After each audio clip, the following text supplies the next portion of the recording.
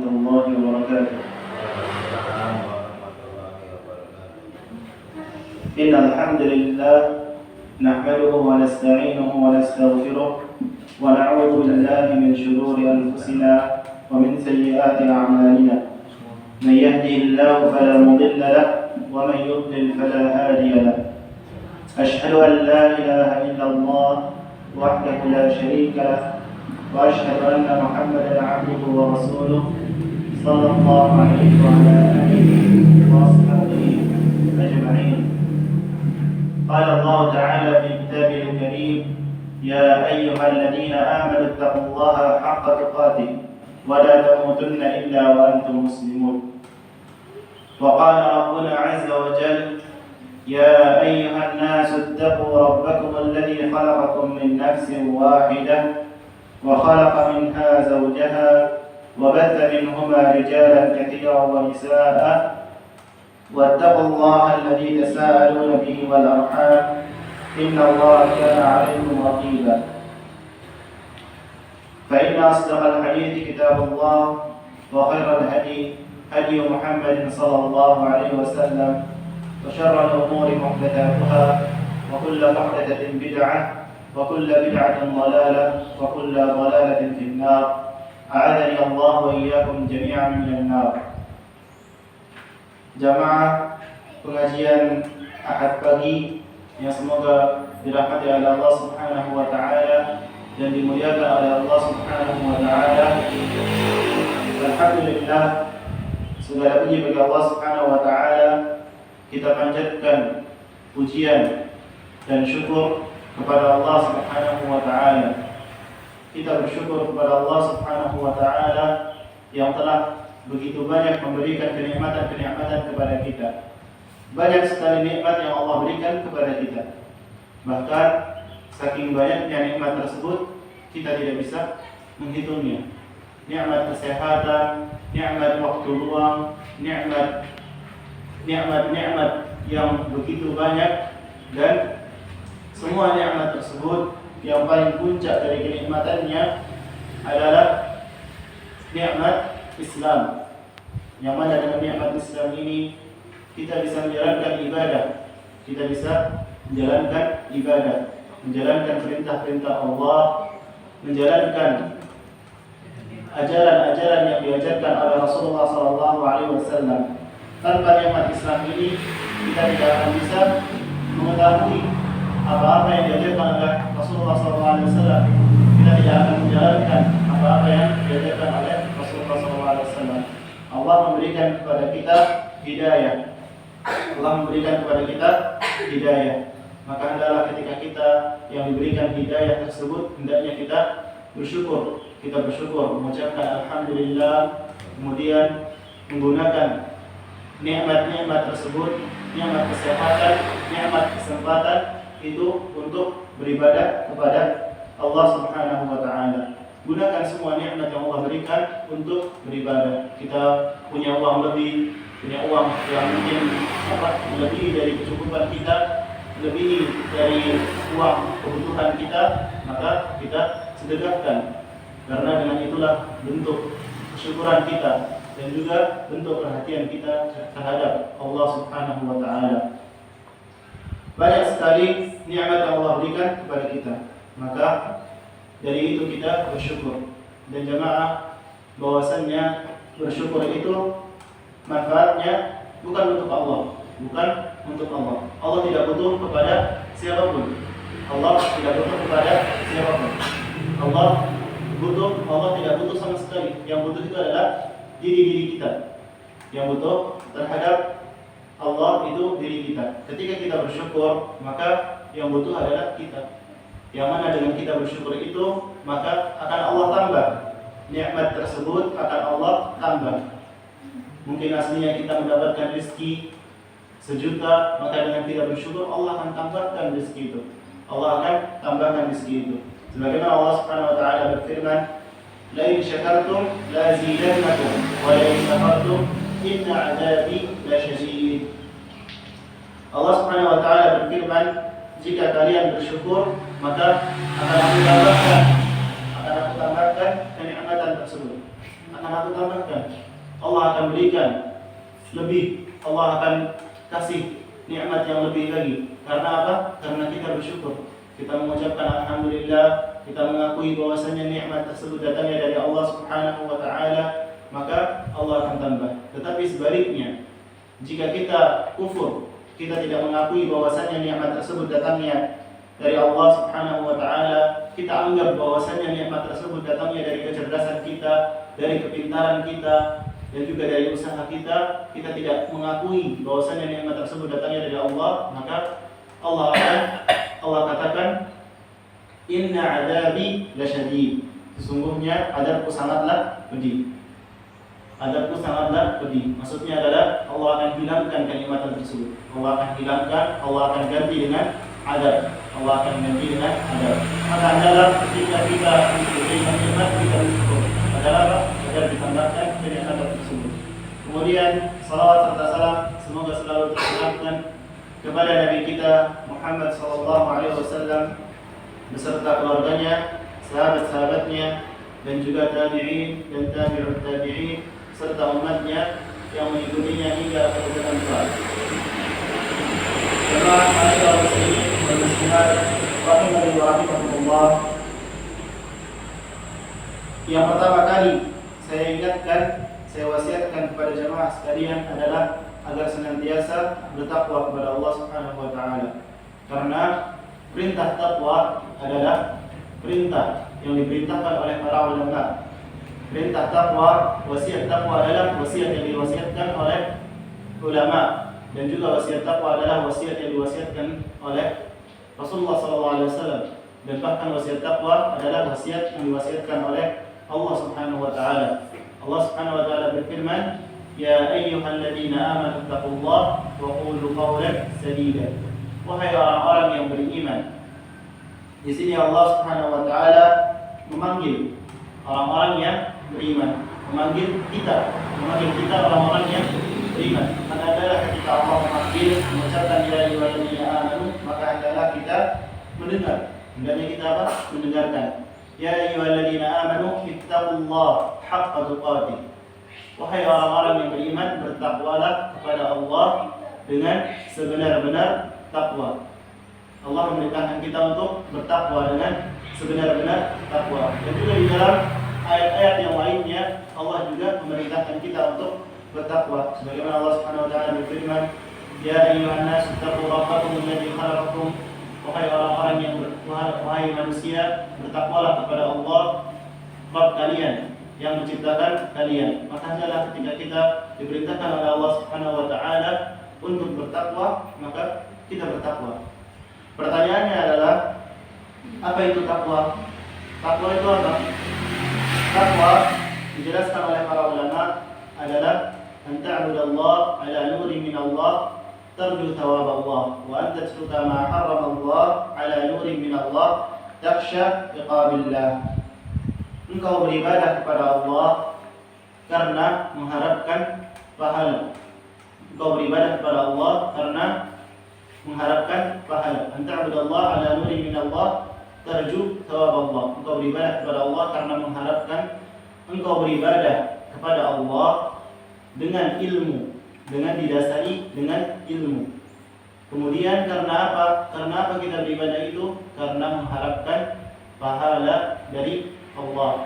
Karena mengharapkan pahala dari Allah. Kemudian wa anta tasluka ma harrama Allah ala nuri min Allah takhsha iqabillah. Kemudian engkau beribadah, engkau meninggalkan apa-apa yang dilarang oleh Allah Subhanahu wa taala, tentunya didasari dengan ilmu. Karena apa? Karena takut terhadap siksa Allah, takut terhadap siksa Allah, azab-azab Allah. Itu adalah takwa. Yaitu apa? Meninggalkan, kalau yang kita ketahui, yaitu apa? Meninggalkan apa-apa yang Allah larang. Kita tinggalkan semua yang Allah larang, itu kita tinggalkan.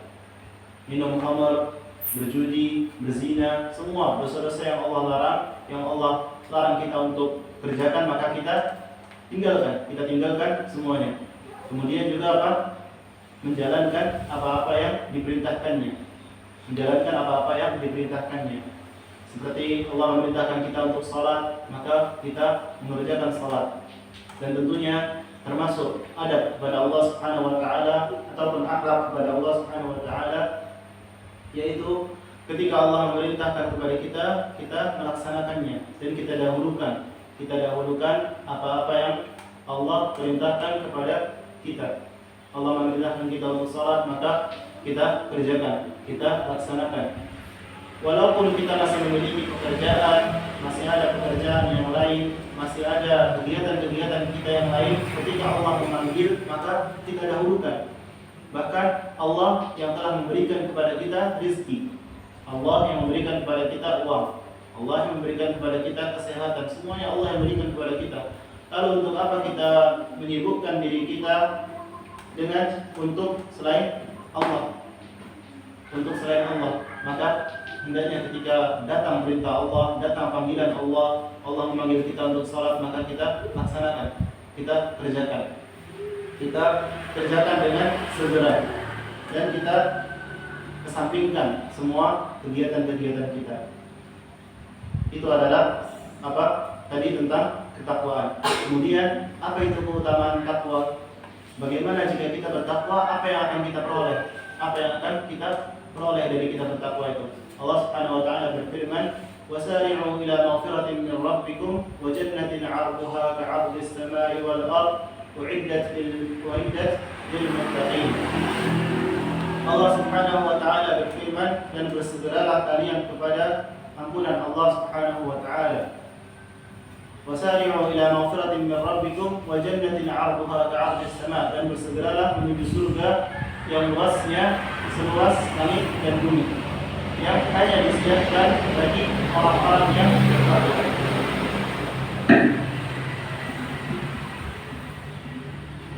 Surga yang luasnya seluas langit dan bumi itu Allah siapkan bagi siapa? Bagi orang-orang yang bertakwa. Ini adalah keutamaan orang yang bertakwa. Allah siapkan baginya surga, yang mana surga luasnya seluas langit dan bumi. Maka hendaklah kita bertakwa kepada Allah Subhanahu wa taala. Juga Allah Subhanahu wa taala berfirman, "Wa may yattaqillaha yaj'al lahu makhraja." Barang siapa yang bertakwa kepada Allah, maka Allah akan bukakan jalan keluar dari masalah-masalahnya. Allah akan berikan jalan keluar. Yang maksudnya kita kesulitan dalam suatu masalah, kesulitan dalam kesusahan dunia, Allah akan selesaikan. Allah akan selesaikan masalah-masalah itu dengan apa? Dengan kita bertakwa, dengan kita menjalankan apa-apa yang diperintahkan oleh Allah Subhanahu wa taala, dan juga meninggalkan apa-apa yang dilarang oleh Allah Subhanahu wa taala. Maka hendaklah kita bertakwa kepada Allah Subhanahu wa taala. Jemaah yang dimuliakan oleh Allah Subhanahu wa taala, insyaallah di pertemuan kali ini kita akan membacakan kitab Arba'in An-Nawawi. Kitab apa? Arba'in An-Nawawi. Kitab Arba'in An-Nawawi, yang mana kitab ini dikarang oleh Imam An-Nawawi. Imam An-Nawawi, biografi beliau adalah sangat panjang biografinya. Sangat banyak biografi Imam An-Nawawi. Tetapi di antaranya beliau pernah disebutkan di dalam biografinya, beliau ketika dia masih kecil, beliau sudah sibuk dengan ilmu. Beliau dari kecil sudah tersibukkan dengan ilmu. Imam An-Nawawi, yang mana ketika beliau diajak Imam An-Nawawi diajak main oleh teman-temannya, tetapi apa? Beliau tidak mau. Beliau lebih memilih menghafal Al-Quran. Beliau lebih memilih dalam menghafal Al-Quran. Karena itu beliau akhirnya menjadi ulama. Karena apa? Dia dari kecil sudah dididik ataupun sudah cinta dengan ilmu. Kemudian juga di antara biografi beliau adalah disebutkan selama 2 tahun beliau tidak pernah sengaja berbaring untuk tidur.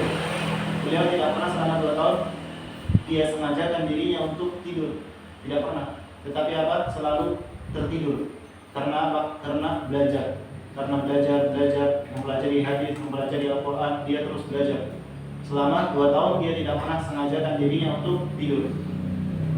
Ini adalah biografi Imam An-Nawawi. Kemudian di antara biografi lainnya adalah beliau meninggal pada usia yang muda, yaitu usia 45 tahun. Usia 45 tahun. Tetapi beliau di usia yang 45 tahun ini sudah mengkarang, sudah banyak sekali karangan-karangannya. Banyak sekali karangan-karangannya.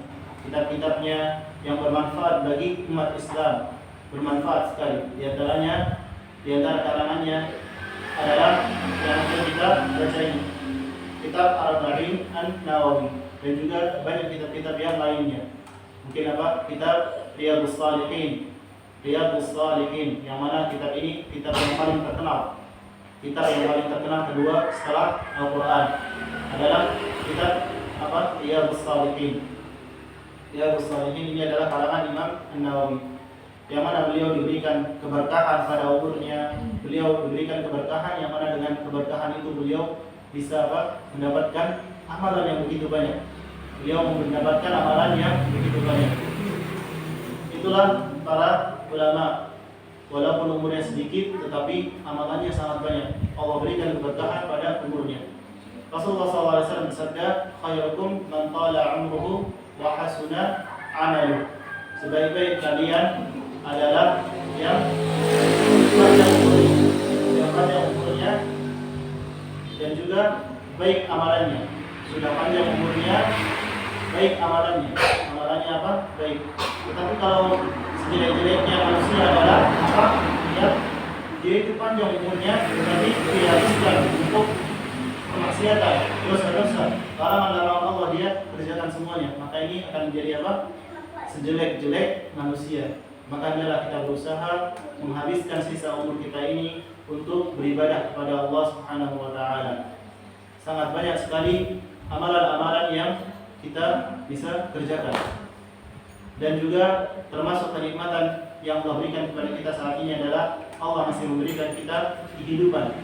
Allah masih memberikan kepada kita kehidupan yang mana dengan sisa umur kita ini kita bisa bermanfaat, kita bisa memanfaatkan umur kita ini untuk beribadah kepada Allah Subhanahu wa taala, meraih surganya.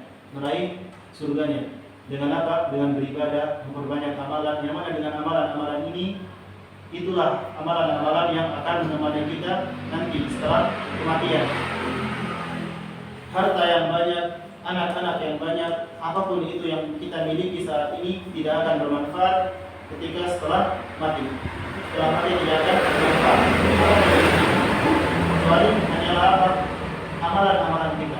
Yang akan menemani kita adalah amalan-amalan kita. Tidak bisa bermanfaat bagi kita motor kita, rumah mewah kita, itu tidak bermanfaat sama sekali setelah kematian. Bahkan sampai namanya pun tidak disebutkan ketika telah meninggal. Disebutkan almarhumah, tidak disebutkan namanya. Kenapa? Karena hilang semuanya itu. Ditinggalkan begitu saja. Yang tinggal hanyalah amalan-amalan kebaikannya. Itulah yang menemani kita di hari kiamat nanti ataupun di kuburan. Itulah yang menemani kita, kebaikan-kebaikan kita. Tidak bermanfaat sama sekali harta. Di hari kiamat nanti disebutkan yauma la yanfa'u malu wa la banun illa man atallaha biqalbin salim. Hari di mana tidak bermanfaat harta dan anak-anak. Tidak bermanfaat sama sekali harta itu. Dan juga anak-anak juga tidak bermanfaat. Illa man atallaha biqalbin salim. Kecuali yang datang kepada Allah dengan hati yang selamat, hati yang tidak terjatuh dengan dosa-dosa, dan juga hati yang tunduk kepada Allah, tunduk pada perintah-perintah Allah, dan juga menjalankan apa-apa yang diajarkan oleh Rasulullah SAW. Itulah yang selamat pada hari kiamat. Maka hendaklah kita berusaha untuk beribadah kepada Allah Subhanahu wa ta'ala. Jemaah yang dimuliakan oleh Allah Subhanahu wa ta'ala, kitab ini kita akan membacakan kitab Hadis Arba'in An-Nawawi. Hadis Arba'in An-Nawawi yaitu yang berisikan 42 hadis. Di dalam kitab ini terdapat 42 hadis yang mana memiliki kriteria jawami'ul kalim, yaitu apa? Ucapan Rasulullah SAW yang sedikit namun lafadznya memiliki makna yang luas, memiliki makna kandungan makna yang banyak. Ucapannya sedikit namun apa? Namun banyak kandungannya. Bagaimana Rasulullah SAW bersabda, "U'titu jawami'ul kalim." Aku diberikan oleh Allah Subhanahu wa taala jawami'ul kalim. Jawami'ul kalim adalah ucapan yang sedikit namun kandungan maknanya sangat banyak. Kandungan maknanya sangat banyak.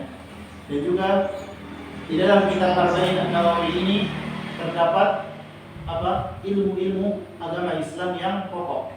Ilmu agama Islam yang pokok. Jadi kalau seseorang dia paham terhadap 42 hadis Arba'in An-Nawawi ini, maka dia telah menguasai apa? Telah menguasai ilmu agama Islam seluruhnya secara pokok, secara global.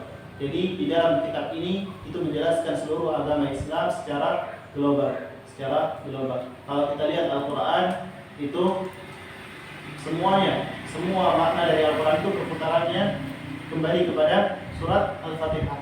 Semuanya. Al-Fatihah adalah keseluruhan dari Al-Quran secara global. Jadi semua apa perintah-perintah di dalam Al-Quran itu kembali kepada perintah di awal, yaitu apa? Surat Al-Fatihah. Itu adalah apa? Surat Al-Fatihah adalah Al-Quran, makna-makna dari Al-Quran secara globalnya ada di surat Al-Fatihah itu. Kemudian jemaah yang semua dirahmati oleh Allah Subhanahu wa taala, kita masuk pada hadis yang pertama. Dan semoga nanti ke depannya insyaallah mudah-mudahan saya pribadi istiqamah dan jemaah sekalian semoga terus istiqamah di dalam mengikuti taklim atau kajian yang penting ini insyaallah. Kita masuk pada hadis yang pertama. Qala al-mu'allif rahimahullah taala al-hadits al-awwal an Amiril Mu'minin Abi Hafs Umar bin Al-Khattab radhiyallahu anhu qala Rasulullah sallallahu alaihi wasallam innamal a'malu binniyat wa innama likulli imrin ma nawa faman kanat hijratuhu ila Allah wa rasulih fa hijratuhu ila Allah wa rasulih wa man kanat hijratuhu lidunya yusibuha fa imra'atun yusibuha fa hijratuhu ila ma hajara ilayhi. Rawahu Imam al-Muhaddithin wa Abu Dawud wa Isma'il bin Ibrahim Al-Bukhari wa Abu Husain Muslim bin Al-Hajjaj bin Muslim al-Mushiri al-Mustaqbuli fi Sahih Al-Imam alladhi huwa asraf al-kutub al-musannafah.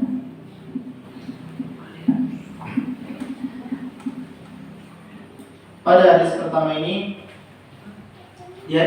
ini kita diterangkan ataupun dijelaskan tentang keikhlasan. Dari Amirul Mukminin Abi Hafs Umar bin Khattab radhiyallahu anhu, dia berkata, saya mendengar Rasulullah sallallahu alaihi wasallam bersabda, sesungguhnya setiap perbuatan tergantung niatnya, dan sesungguhnya setiap orang akan dibalas berdasarkan apa yang dia niatkan.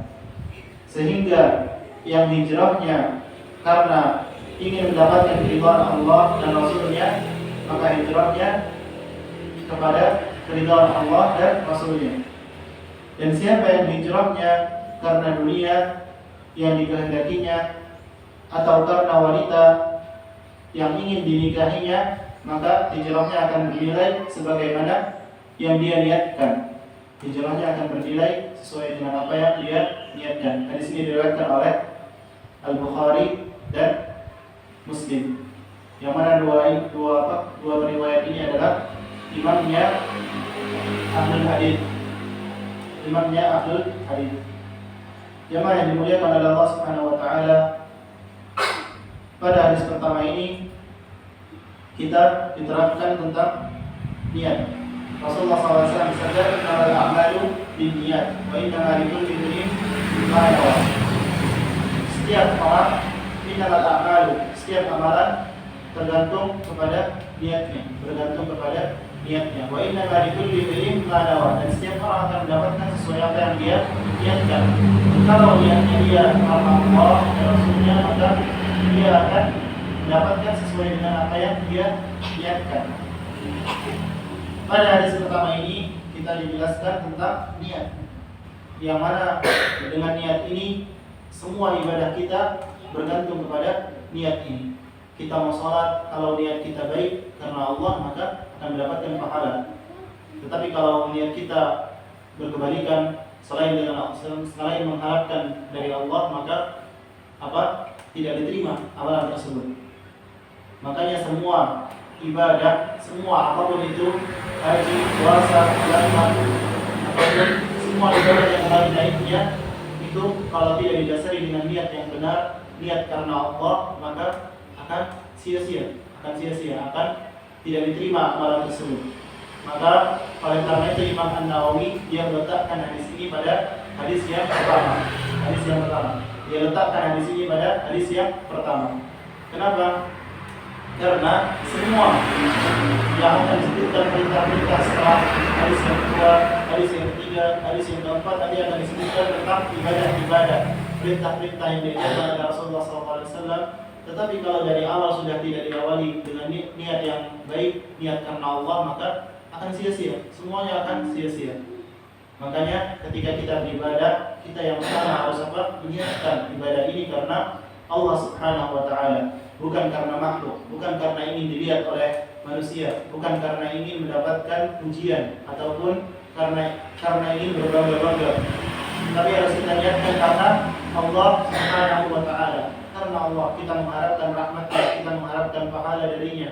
Yang mana dengan kita melaksanakan salat, ibadah-ibadah, puasa, zakat, puasa sunnah, salat sunnah, kita kerjakan semuanya itu dalam rangka mengharapkan pahala dari Allah Subhanahu wa Ta'ala. Yang mana dengan pahala itu kita akan mendapatkan surga.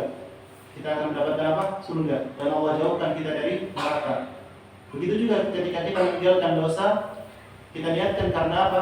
Karena takut akan azab Allah. Kita takut terhadap azab-azab yang Allah siapkan dari kiamat nanti. Allah sudah menyiapkan neraka dari sekarang. Sekarang neraka itu sudah Allah siapkan bagi siapa? Bagi orang-orang yang melakukan dosa-dosa, bagi orang-orang yang menjalankan larangan-larangan Allah, itu sudah Allah siapkan neraka. Maka dari itu kita meniatkan, kita tinggalkan semua maksiat yang kita kerjakan karena apa? Karena ingin tidak masuk neraka, agar kita tidak masuk neraka. Ini adalah niat, sangat-sangat penting sekali. Jemaah yang semua dirahmati oleh Allah Subhanahu wa Ta'ala, ma'asyiral muslimin wal muslimat, rahimani wa rahimakumullah. Disebutkan bahwasannya seluruh amalan kita itu perputarannya kembali kepada tiga perkara. Yang pertama adalah perbuatan, kemudian yang kedua adalah perkataan, kemudian yang ketiga adalah pikiran ataupun niat dalam hati kita. Adapun perbuatan itu salat. Perbuatan contohnya adalah salat. Salat itu adalah amalan perbuatan. Perbuatan kita salat, kita kemudian kita berpuasa, itu adalah perbuatan. Kemudian juga mungkin kita berhaji, itu adalah amalan perbuatan. Dan juga ada juga amalan yang berupa ucapan. Ada amalan yang berupa ucapan atau perkataan. Seperti apa? Zikir. Seperti kita berzikir, kita ucapkan subhanallah wa bihamdi, kita ucapkan subhanallah walhamdulillah wa la ilaha illallah wallahu akbar. Itu adalah amalan yang berupa ucapan. Rasulullah SAW bersabda, kalimatani khafifatani 'ala lisani, thaqilatani fil mizani, habibatani ila rahmani, subhanallah wa bihamdi, subhanallahil azim. Kalimat yang ringan di lisan, gampang kita ucapkan, itu mudah sekali untuk kita ucapkan, dan juga ucapan itu disukai oleh Allah Subhanahu wa Ta'ala. Dicintai, sangat suka Allah, sangat suka terhadap ucapan itu. Yaitu apa ucapannya? Subhanallahi wa bihamdihi, subhanallahil azim. Subhanallah wa bihamdihi, maha suci Allah segala puji baginya. subhanallahil azim, dan maha agung. Segala puji bagi Allah yang maha suci, subhanallahi wa bihamdihi, dan segala puji baginya, dan maha suci Allah yang maha agung. Ini adalah ucapan yang ringan di lisan, gampang kita ucapkan. Mungkin di dalam keseharian kita ucapkan sambil beraktivitas, kita ucapkan subhanallah wa bihamdihi, subhanallahil azim. Yang mana dengan ucapan ini kita akan Allah suka terhadap kita. Allah suka terhadap ucapan ini, dan juga dengan kalimat ini akan diberatkan. Taqilatani fil mizan, kata Rasulullah SAW, berat pada timbangan amal kebaikan. Jadi nanti di hari kiamat ada timbangan amal kebaikan dan juga ada timbangan amal keburukan. Dengan ucapan subhanallah wa bihamdi, subhanallahil azim ini akan memberatkan timbangan kebaikan. Yang mana nanti di hari kiamat amalan-amalan manusia akan ditimbang seluruhnya, amalan kebaikan dan juga keburukan akan ditimbang. Dan jika amalan kebaikannya amalan kebaikannya banyak, maka dia akan selamat. Tetapi kalau amalan buruknya lebih banyak, lebih berat, maka dia akan binasa. Maka adalah kita perbanyak berpikir. Banyak sekali aktivitas yang kita lakukan, bisa kita lakukan sambil berpikir, sambil beramal dengan amalan berupa ucapan. Kita ucapkan subhanallah, kemudian juga kita ucapkan istighfar. Dengan niatan Dengan niatan yang baik, agar mendapatkan pahala dari Allah Subhanahu wa taala. Dan juga perbuatan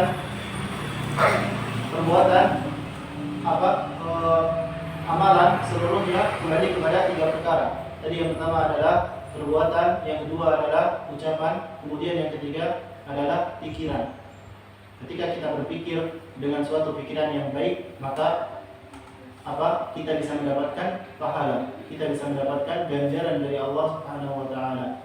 Sebagaimana Rasulullah SAW bersabda, "Faman hamma bihasanatin falam ya'malha katabaha Allahu indahu hasanatan kamilah."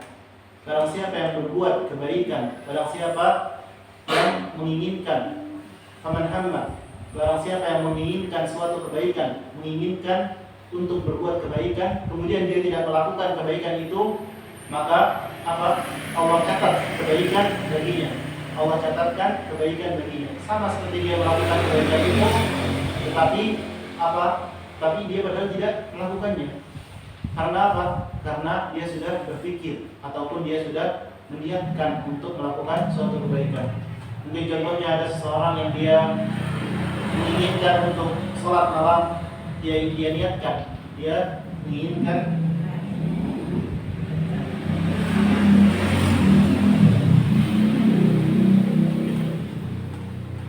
mungkin contohnya seseorang dia bangun untuk melaksanakan salat malam.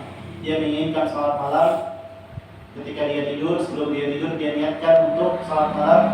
Kemudian dia tertidur sampai subuh. Sampai subuh dia tidur, tidak bisa sempat melaksanakan salat malam. Maka akan Allah catat seperti dia salat malam. Ini adalah niat berupa pikiran, amalan berupa pikiran. Dan begitu juga ketika kita berpikir dengan sesuatu yang jelek, berpikir dengan pikiran yang kotor ataupun pikiran-pikiran yang tidak baik, maka itu bisa menimbulkan dosa. Sebagaimana kisah Al-Walid bin Al-Mughirah, Allah Subhanahu wa taala menceritakan di dalam surat Al-Mudaththir. Allah Subhanahu wa taala menceritakan di dalam surat Al-Mudaththir yang mana bahwasannya dia berpikir dengan pikiran yang buruk tentang Al-Qur'an. Dia berpikir dengan pikiran yang buruk tentang Al-Qur'an, maka akhirnya Allah mengadabnya. Allah Subhanahu wa taala akhirnya mengadabnya. Karena Karena dia berpikiran dengan pikiran yang buruk. Dia menganggap bahwasannya Al-Qur'an itu adalah sihir. Dia menganggap bahwasannya Al-Qur'an itu adalah sihir, maka Allah Subhanahu wa taala mengadab dia di neraka. Sebagaimana disebutkan kisahnya di dalam Al-Quran di surat Al-Mudaththir ayat yang ke-18. Innahu fakkara wa qaddar faqutila kaifa qaddar thumma qutila kaifa qaddar thumma nadhar thumma 'abasa wa basar. Allah Subhanahu wa taala berfirman menceritakan kisah bahwasannya menceritakan kisah Al-Walid bin Al-Mughirah, yang mana sesungguhnya dia telah memikirkan dan menetapkan apa yang dia tetapkan. Dia memikirkan tentang Al-Quran, dan kemudian dia menetapkan bahwasanya Al-Quran itu apa? Al-Quran itu hanyalah syair ataupun sihir yang dibuat-buat oleh Rasulullah SAW. Aku tidak tahu fakadar, maka celakalah dia bagaimana dia menetapkan. Kata Allah Subhanahu wa taala, celakalah dia bagaimana dia menetapkan. Padahal dia hanya berpikir bahwasanya Al-Quran ini bukan dari Allah. Al-Quran ini bukan kalamullah, bukan perkataan Allah. Ini adalah sihir, ini adalah syair yang dibuat-buat oleh Nabi Muhammad SAW. Maka aku tidak tahu fakadar, kata Allah. Maka sekali lagi dia celaka. Kata Allah Subhanahu wa taala, ditetapkan bahwasanya Al-Mughirah adalah orang yang celaka. Maka adalah ketika kita beramal, hendaknya kita niatkan karena Allah Subhanahu wa taala. Karena Allah Subhanahu wa taala, semua perbuatan kita bisa menjadi pahala ketika kita niatkan karena Allah Subhanahu wa taala. Tetapi jika kita beribadah kemudian tidak kita niatkan karena Allah, maka akan tertolak amal tersebut, akan tidak diterima oleh Allah Subhanahu wa taala. Imam Ibnu Mubarak mengatakan, "Rubba 'amalin saghirin tukabbiruhu an-niyyah, wa rubba 'amalin kabirin tusaghiruhu an-niyyah." Kadang-kadang amalan kecil bisa menjadi besar karena niat, dan kadang-kadang amalan besar bisa menjadi kecil karena niat. Kenapa? Karena ketika kita bersedekah, tidak banyak bukan sedekahnya itu. Kita bersedekah mungkin 10.000, 15.000, 20.000, sedekah yang kecil. Tetapi karena niat kita ikhlas, karena mengharapkan pahala dari Allah, ingin bisa masuk surga dengan uang ini, ingin mendapatkan keridhaan Allah Subhanahu wa taala, maka amalan tersebut akan diterima oleh Allah Subhanahu wa taala dan akan menjadi amalan yang besar. Tetapi sebaliknya, jika mungkin kita bersedekah dengan uang yang banyak, bersedekah 50 juta ataupun sedekah dengan sedekah yang tidak sedikit, tetapi tidak didasari dengan niat mendapatkan pahala ataupun mendapatkan keridhaan dari Allah, maka amalannya hilang. Bukan hanya sisa sedikit, tetapi tidak diterima oleh Allah Subhanahu wa taala. Dan juga termasuk dari keinginan ataupun kita menginginkan sesuatu yang dengannya kita bisa mendapatkan ganjaran dari Allah Subhanahu wa taala. Jika kita menginginkan sesuatu, maka Allah Subhanahu wa taala akan membalas kita sesuai dengan keinginan kita. Rasulullah SAW bersabda, "Man talaba syahadah bis-sidqi balaghallahu syuhada'a wa in kana mata ala firasih." Rasulullah SAW bersabda, barang siapa yang menginginkan mati syahid, dia menginginkan agar mati syahid dengan kejujuran, dia sangat-sangat menginginkan agar dirinya mati syahid dengan kejujuran, maka Allah akan sampaikan dia kepada syahid tersebut, walaupun dia mati di atas tempat tidurnya. Siapa saja yang menginginkan mati syahid dengan sungguh-sungguh, dia ingin sekali mati syahid. Mati syahid yaitu mati ketika berperang. Yang mana Allah akan masukkan ke surga tanpa dihisab. Allah akan masukkan ke surga tanpa dihisab. Maka ketika seseorang menginginkan dia mati syahid, maka Allah akan sampaikan dia kepada kedudukan itu. Hanya keinginan, ingin sekali dia, ingin dengan keinginan yang besar, maka Allah akan sampaikan dia pada kedudukan itu. Walaupun dia mati di tempat tidurnya, dia tidak mati dia dalam keadaan jihad, maka apa? Dia akan mendapatkan ganjaran mati dalam keadaan syahid. Ini adalah keinginan ataupun niat. Dia meniatkan ataupun menginginkan, maka Allah akan mendapatkan apa?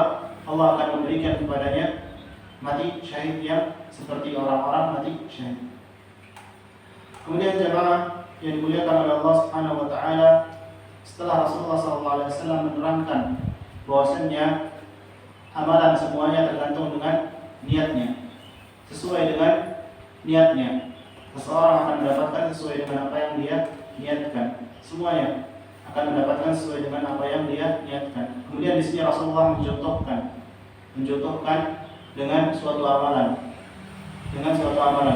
yang mana termasuk bagusnya pengajaran Rasulullah SAW, beliau memberikan contoh.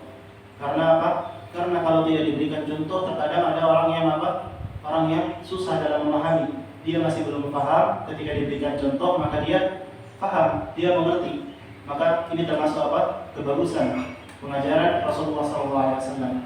Rasulullah SAW menyebutkan, "Faman kanat hijratuhu ila Allah wa rasulih, fa hijratuhu ila Allah wa rasulih. Wa man kanat hijratuhu ila dunya yusibuha aw imra'atin yankihuha, fa hijratuhu ila ma hajara ilaihi." Rasulullah SAW mencontohkan suatu ibadah. Barang siapa yang hijrahnya karena Allah dan Rasulnya, maka hijrahnya tersebut karena Allah dan Rasulnya, sesuai dengan apa yang dia niatkan. Dia meniatkan, saya berhijrah ini karena Allah dan Rasulnya, maka dia akan mendapatkan sesuai dengan apa yang dia ingini, sesuai dengan apa yang dia niatkan. Adapun amalan hijrah secara bahasa artinya adalah at-tark, yaitu apa? Meninggalkan. Hijrah yaitu apa? Meninggalkan. Hijrah ada dua. Hijrah itu ada dua. Yang pertama adalah dari tempat yang buruk ke tempat yang baik. Mungkin contohnya dari suatu kota, yang mana di kota itu dia sulit untuk mengerjakan ibadah, sulit untuk mengerjakan amalan-amalan, dia sulit untuk mengerjakan kebaikan, melaksanakan sholat jamaah dia tidak bisa karena di sana mungkin tidak ada masjid, maka dia hijrah, dia berpindah, dia meninggalkan kotanya tersebut, berpindah kepada negeri yang Islam ataupun kota yang Islam, yang beragama Islam. Kemudian hijrah yang kedua adalah hijrah dari perbuatan buruk, kebiasaan buruk kepada kebiasaan yang baik. Ini contohnya kita sering melihat, sering kita mendengar orang mengatakan apa? Saya sudah hijrah. Insya Allah saya sudah hijrah. Itu maksudnya adalah apa? Itu maksudnya adalah saya sudah berpindah dari kebiasaan buruk, dosa-dosa, kemaksiatan, berpindah kepada ketaatan kepada Allah. Ini adalah hijrah. Ini yang disebutkan hijrah. Maka di sini Rasulullah SAW menyebutkan siapa yang hijrahnya kepada Allah dan Rasulnya, maka hijrahnya sesuai dengan apa yang dia niatkan. Maka jika dia niatkan karena Allah, maka dia akan mendapatkan itu. Tapi jika dia tidak niatkan karena Allah, maka akan sia-sia. Sia-sia dia capek-capek dia beribadah, capek-capek dia beramal, capek-capek dia bersedekah, capek-capek dia dengan semua ibadah-ibadah yang dia lakukan, tetapi bukan karena Allah, maka akan sia-sia. Dan juga Rasulullah SAW bersabda, di sini ada dua hijrah. Yang satu hijrah yang diterima, yang satunya hijrah yang tidak diterima oleh Allah Subhanahu wa taala. Hijrah yang diterima adalah hijrah yang karena Allah Subhanahu wa taala, dan hijrah yang tidak diterima ataupun hijrah yang ditolak adalah hijrah yang bukan karena Allah Subhanahu wa taala. Maka hendaknya kita meniatkan amalan kita karena Allah Subhanahu wa taala. Sudah kita perbanyak ibadah kita.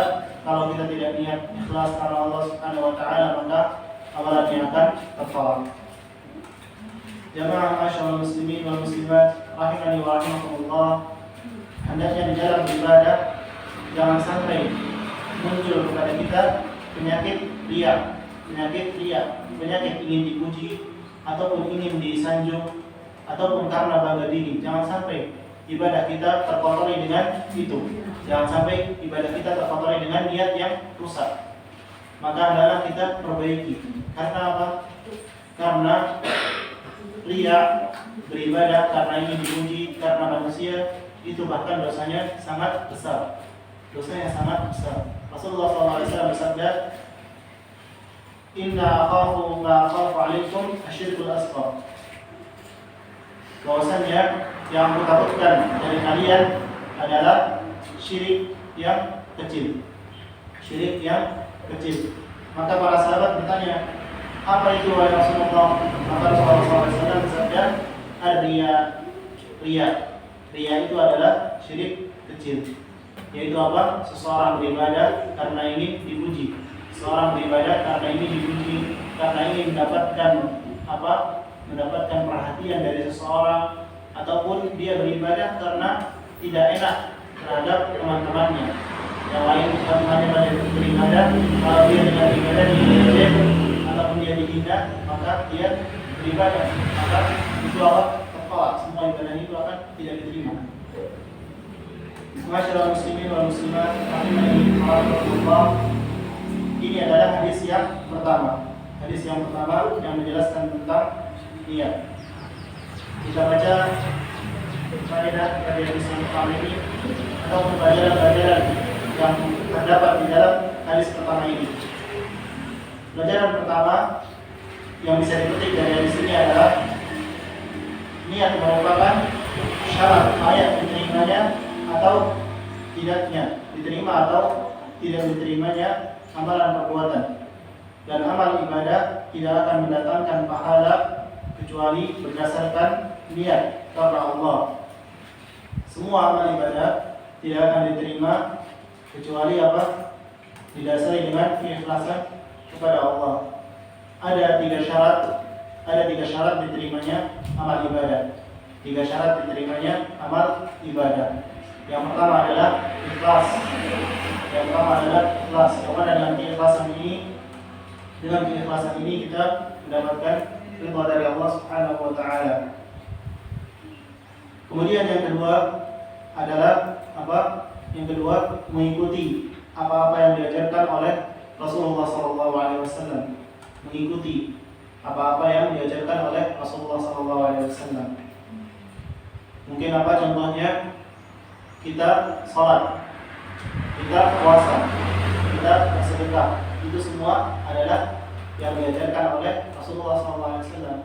Adapun jika kita melakukan suatu ibadah yang mana ibadah tersebut tidak diajarkan oleh Rasulullah SAW, maka ibadah tersebut tertolak, seluruhnya tertolak.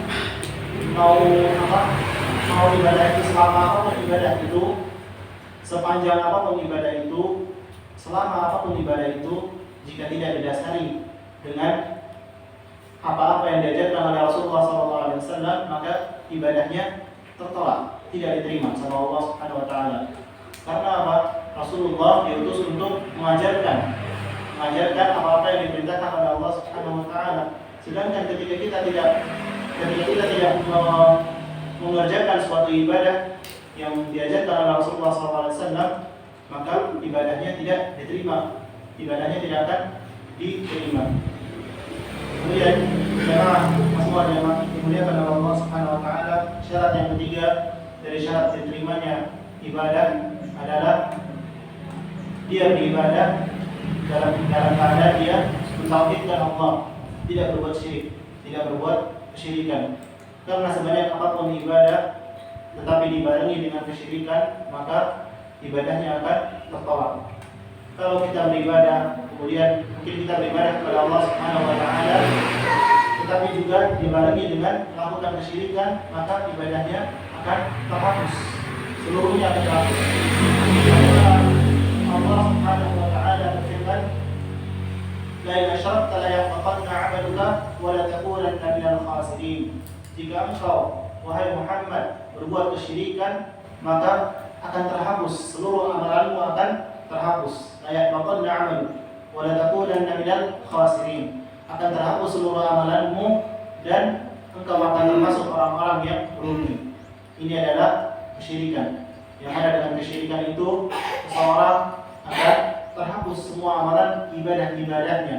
Amalan-amalan ibadahnya akan terhapus seluruhnya. Maka adalah ketika kita beribadah, jangan sampai kita terjatuh kepada kesyirikan. Yang mana dengan satu kesyirikan itu akan menghapus semua amalan-amalan ibadah.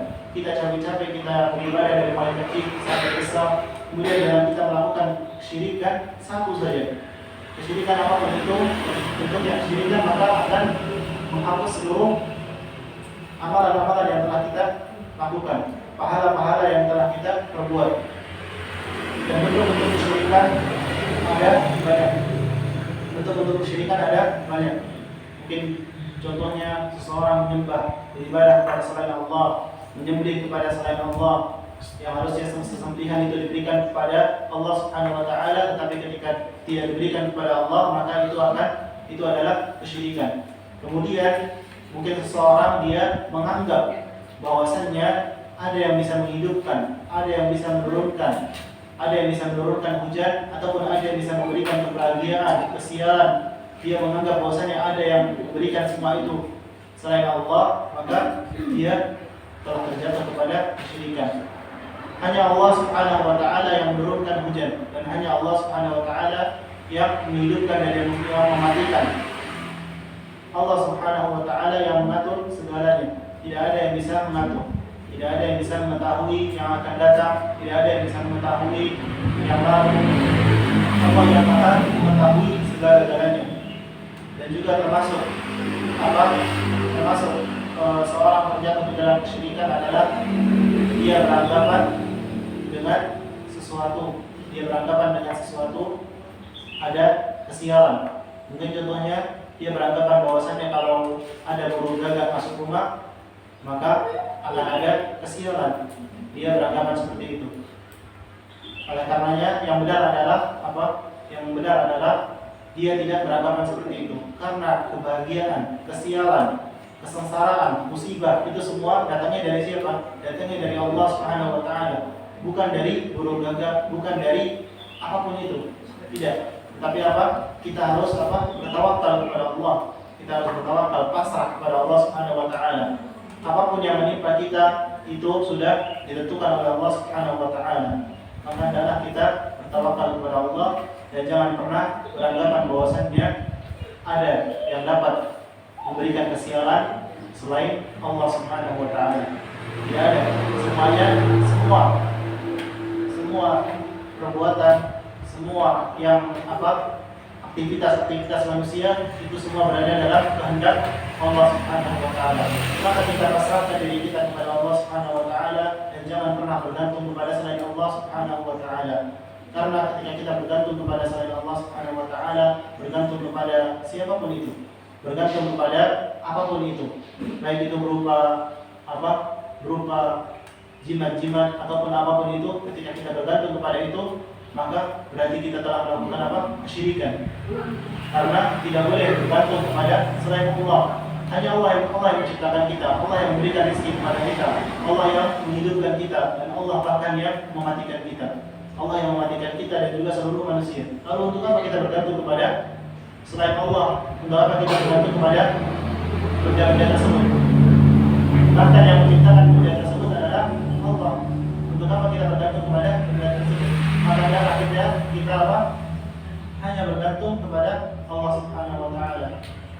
Dan juga kesyirikan adalah menempatkan ataupun memberikan kekhususan yang ada pada Allah, memberikan kekhususan yang ada pada Allah itu kepada selain Allah. Ketika kita memberikan kekhususan yang ada pada Allah kepada selain Allah, maka itu adalah kesyirikan. Kekhususan yang ada pada Allah adalah apa? Allah yang menghidupkan, Allah yang menciptakan, Allah yang menurunkan hujan, Allah yang memberikan kita rezeki. Ketika itu diberikan kepada selain Allah, maka itulah yang namanya apa? Kesyirikan. Maka adalah kita berlindung kepada Allah Subhanahu wa taala dari dosa kesyirikan. Yang mana dosa kesyirikan tidak akan diampuni oleh Allah Subhanahu wa taala kecuali jika pelakunya bertaubat. Kecuali apa? Jika pelakunya bertaubat. Allah Subhanahu wa taala berfirman, "Innallaha la yaghfiru an yushraka bihi wa yaghfiru ma duna dzalika liman yasha." Sesungguhnya Allah tidak mengampuni dosa kesyirikan dan Allah masih berkenan mengampuni dosa-dosa selain dari dosa kesyirikan. Selain dari dosa kesyirikan Allah akan ampuni.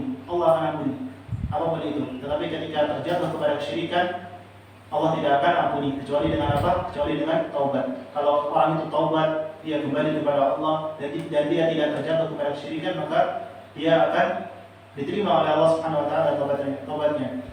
Kemudian jika seseorang dia meninggal di dalam keadaan dia belum menyekutukan Allah, dia di dalam keadaan dia melakukan kesyirikan, dia meninggal dalam keadaan dia belum bertaubat, maka dia bisa dipastikan dia akan kekal di neraka. Dia akan kekal di neraka dan Allah tidak akan pernah mengampuni dosanya. Maka adalah kita jangan sampai kita terjatuh kepada kesyirikan. Kita hati-hati. Mungkin sering kita mendengar dari ataupun ulama-ulama yang menyampaikan peringatan kepada kesyirikan. Karena apa? Karena begitu bahayanya, begitu ngerinya dosa kesyirikan. Bahkan ayat yang paling ditakuti oleh para ulama adalah ayat yang telah kita bacakan tadi. Ain asyrakta la yahbatanna 'amaluka wa la takunanna minal khasirin. Jika engkau berbuat syirik, maka amalanmu akan terhapus seluruhnya. Semuanya, dari mulai kita bayi, dari mulai kita masih kecil kita beramal sampai kita usia tua, sampai kita usia 40, 50, 60 tahun, satu saja melakukan kesyirikan akan terhapus seluruh amalannya. Maka adalah kita perhatian, kita pelajari apa saja yang dapat menjatuhkan kita kepada kesyirikan. Semoga Allah Subhanahu wa taala melindungi kita dari kesyirikan dan juga melindungi kita dari beribadah kepada selain Allah Subhanahu wa taala. Kemudian faedah yang berikutnya, faedah yang kedua yang bisa kita petik ataupun kita ambil dari hadis ini adalah waktu pelaksanaan niat dilakukan pada awal ibadah dan tepatnya di hati. Waktu pelaksanaan niat itu dilakukan sebelum ibadah. Jadi kita ingin sholat, maka kita niatkan kita ingin sholat dan tidak perlu kita ucapkan.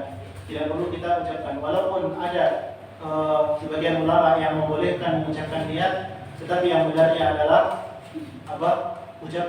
niat itu tidak diucapkan. Karena Rasulullah tidak pernah mengajarkan mengucapkan niat sebelum sholat. Rasulullah SAW tidak pernah mengajarkan mengucapkan nawaitu sholatan dan seterusnya, itu tidak pernah Rasulullah mengajarkan, dan juga sahabat-sahabat juga tidak pernah melakukan. Maka tidak perlu kita sebagaimana yang tadi telah kita jelaskan, bahwasanya apa-apa yang diajarkan oleh Rasulullah SAW yang kita kerjakan, maka itu akan diterima oleh Allah Subhanahu wa taala. Kemudian faedah yang berikutnya, faedah yang ketiga adalah ikhlas dan memberikan niat semata-mata karena Allah taala dituntun pada semua amalan saleh dan ibadah. Semua amalan ibadah apapun itu bentuknya harus didasari dengan ikhlas, harus didasari dengan keikhlasan. Kemudian faedah yang berikutnya, faedah yang kelima adalah semua perbuatan yang bermanfaat dan mubah boleh jika diiringi dengan niat karena mencari ridha Allah, maka dia akan menilai ibadah. Semua ibadah, semua perbuatan, semua aktivitas kita berdasari kita dari dengan niat yang baik, maka dengan niat karena Allah maka akan mendapatkan pahala. Kemudian faedah yang terakhir, faedah yang keenam, yang membedakan antara ibadah dan adat, kebiasaan atau rutinitas kita adalah niat. Yang membedakan antara ibadah dan kebiasaan adalah niat. Ada orang yang dia itu beribadah tetapi dia tidak mendapatkan pahala. Kenapa? Karena dia beribadah bukan karena Allah, tetapi hanya karena kebiasaan saja. Mungkin dia dari kecil diajarkan oleh orang tuanya untuk sholat, dia diajarkan oleh orang tuanya untuk melaksanakan sholat, kemudian dia hanya melakukan kebiasaannya saja. Dia hanya melakukan kebiasaan dia sholat tanpa dia niatkan untuk karena Allah, tanpa dia niatkan untuk ingin mendapatkan pahala. Maka yang mestinya ibadah tersebut bisa menjadi tidak menjadi pahala, bisa menjadi tidak mendapatkan pahala. Tetapi sebaliknya, bisa suatu kebiasaan kita, suatu rutinitas kita, ataupun aktivitas kita bisa mendapatkan menjadi pahala atau ganjaran di sisi Allah Subhanahu wa taala ketika apa? Ketika kita niatkan karena Allah Subhanahu wa taala. Contohnya adalah seseorang dia bekerja dari pagi sampai sore karena dia meniatkan agar mendapatkan uang, kemudian dengan uang itu dia menafkahi keluarganya, yang mana dia menjalankan kewajiban sebagai pemimpin dari keluarga, sebagai suami dia menafkahi keluarganya. Dia niatkan karena ingin menjalankan kewajiban yang Allah wajibkan kepada dirinya, maka itu bisa mendapatkan pahala. Dan begitu juga dengan niat-niat baik yang lainnya, baik itu apapun itu. Mungkin contohnya dia tidur agar apa? Agar dia bisa beribadah. Nanti biar dia bisa apa? Bisa bangun di malam hari untuk melakukan sholat malam. Maka itu tidurnya bisa menjadi pahala. Semoga Allah Subhanahu wa taala menjadikan kita selalu ikhlas karena Allah Subhanahu wa taala, dan juga semoga Allah Subhanahu wa taala menjauhkan kita dari iri, dari rasa riya ataupun beribadah karena ingin dipuji. Semoga Allah menjauhkan kita dari segala yang jelek-jelek dan yang buruk-buruk. Semoga yang sedikit ini bisa bermanfaat dan kita semuanya ada kekurangan yang mohon dimaafkan. Hanya Allah dan Rasulnya yang terbebaskan dari kekurangan dan kesalahan. Kita tutup dengan kafaratul majlis. Subhanakallahumma wa bihamdika asyhadu an la ilaha illa anta astaghfiruka wa atubu ilaik. Assalamualaikum warahmatullahi wabarakatuh. Waalaikumsalam warahmatullahi wabarakatuh.